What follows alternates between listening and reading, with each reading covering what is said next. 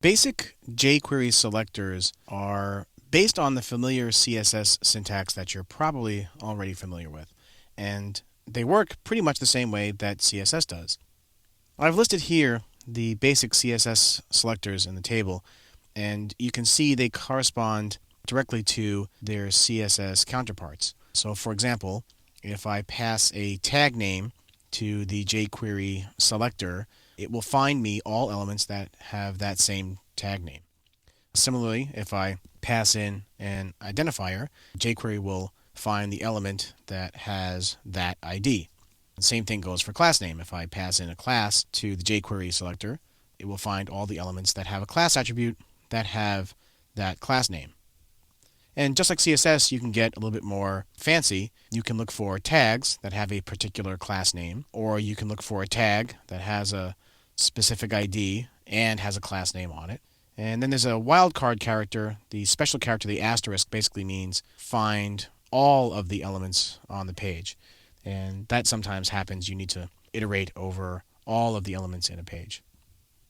So let's take a look at how you would use jQuery versus using the plain browser DOM to get at information in a document. So here I have a fairly simple HTML file, and it's been stripped down a bit for purposes of illustration. But you can see it has an unordered list in it and some list items and paragraph tags and so on. So let's take a look at some comparisons of the DOM in jQuery. If I wanted to get all the paragraph tags in the document, using the DOM, I would do something like this. I would use the document.getElementsByTagName and pass in the P, and that would get me all these paragraph tags. To do the same thing using jQuery, you can see all I have to do is call the jQuery object. That's a little $sign right there. That's the global jQuery function, and I simply pass in the parameter P, and that will come back with what is called a matched set, or a wrapped set it's sometimes called, or matched elements. It comes back with a list of all the tags that match that particular parameter right there.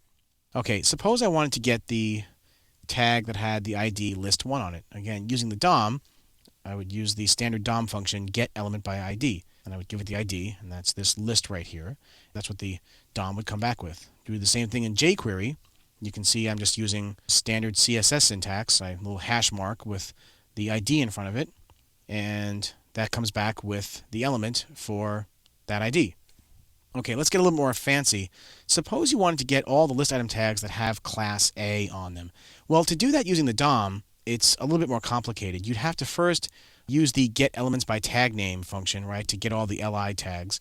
Then you'd have to write some for loop that would loop through all the results in that array and get the class attribute and compare it to this name right here, A, to see if it should be included in the result set. Well, jQuery does that for you.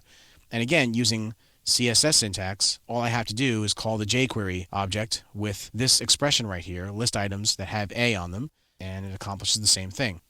And finally, let's imagine you wanted to have a situation where you wanted all the tags, regardless of what kind of tag they were, that have a class B on them, but only if they're inside a UL tag. Well, again, using DOM, this would be pretty complicated. You have to get all the tags, see if they have the B class, see if they're inside a UL, that kind of thing. But jQuery makes this really easy, again, using pretty standard CSS syntax with the descendant inside the ancestor. So this basically says, get me everything that has a B class, as long as it's inside a UL. That would come back with these list items right here. In addition to the basic selectors, there's some selectors that are a little bit more advanced. These are the hierarchy and combination selectors. So these allow you to get a little bit more advanced in selecting page content. Basically allow you to select elements based on hierarchical relationships or a combination of criteria. So the first two do just that, whereas in jQuery, usually you'll see one selector passed in. If I passed in a comma delimited list, like, p, comma, div, comma, image, it would find all of the elements that match everything in the list. And for class 1 and class 2, this means find all the elements that have both class 1 and class 2 on them, and they both have to be there. The next couple of examples illustrate hierarchical relationships. So if you wanted to find all the child elements that are direct children of a certain parent, you would use this expression right here. Whereas if all you cared about was finding a tag that appeared anywhere underneath a given ancestor, you'd use this form with the ancestor and then a space and then whatever you were interested in here. And the next two have to do with siblings. So the next operator finds whatever element is next to this element, right, the previous element, and the siblings element says, hey, get me all the sibling elements that come after the previous element right here and match the selector that I'm passing in for siblings. Okay, so let's take a look at some of these in action. I'm going to switch over to the code. Okay, so if you look inside your exercise files, I've got a file right here named basic selectors start, and I'm going to start off there. So I'm going to open this up in my editor. And a couple things we're going to do.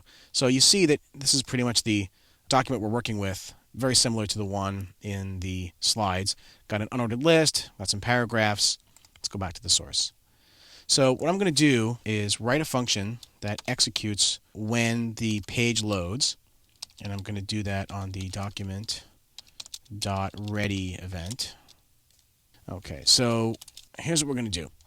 Document.ready, that's a function. Let's try a couple of examples. So I'm going to say, get me the p tags. Now don't pay attention too much to this, what I'm about to do. I want you to focus on the selectors right here. We'll get to this stuff later. I just need to make the results visible so you can see them on the screen. So just bear with me while I do this. I'm just going to make the CSS border a 3-pix solid red line so we can see everything. What this is going to do is select all the paragraph tags. So let's try that out in the browser. And as you can see, all the paragraph tags are now inside bold red outlines. Let's go back to the code, try something else. Okay, let's do the same thing, only this time we're going to do it for everything that has a class of A. So you can see that these list items, that paragraph, those should all be inside red borders. Let's try this. I'm going to refresh. And you can see, sure enough, that's the case. All right, now let's go back and try the ID selector. Back to the code. Okay, so now I'm going to put in list 1, and that's this unordered list right here. So now the list itself should have a border around it. Okay, let's refresh. And sure enough, that works. And then finally, let's try one more. I'm going to try all paragraphs that have class B assigned. All right, let's refresh. And you can see that works just fine. Okay, so let's try some hierarchical ones now. Here we are in the system again, and I'm going to do the same thing. There's a file here called hire combo. I'm going to open that in my editor. Again, follow along with me. We're going to try some hierarchical relationships now. What I'm going to do first is try get me paragraphs and list items that have B applied, and apply that CSS trick so we can see it. Okay, and let's bring this up in the browser. Okay, and you can see that that works, all the paragraphs and everything with a B. All right, let's try the descendant operator. And the descendant operator basically will ask for things inside an unordered list and list items with an A on them. All right, let's try that. Okay, we'll refresh. And you can see that that worked. All right, now let's try the next operator. So we're going to say, get me the paragraph that's next to the unordered list. Refresh. And you can see that the first paragraph that was next to the list is now bordered. Okay, let's try the siblings one. Okay, for this one, I'm going to say, let's see, how about whatever is, let me get the list 1 and get me the paragraph siblings of list 1. So these paragraphs are siblings of list 1. Let's try that. And sure enough, it works. Okay, so now you've seen how to use basic jQuery selectors. Let's move on now to filters.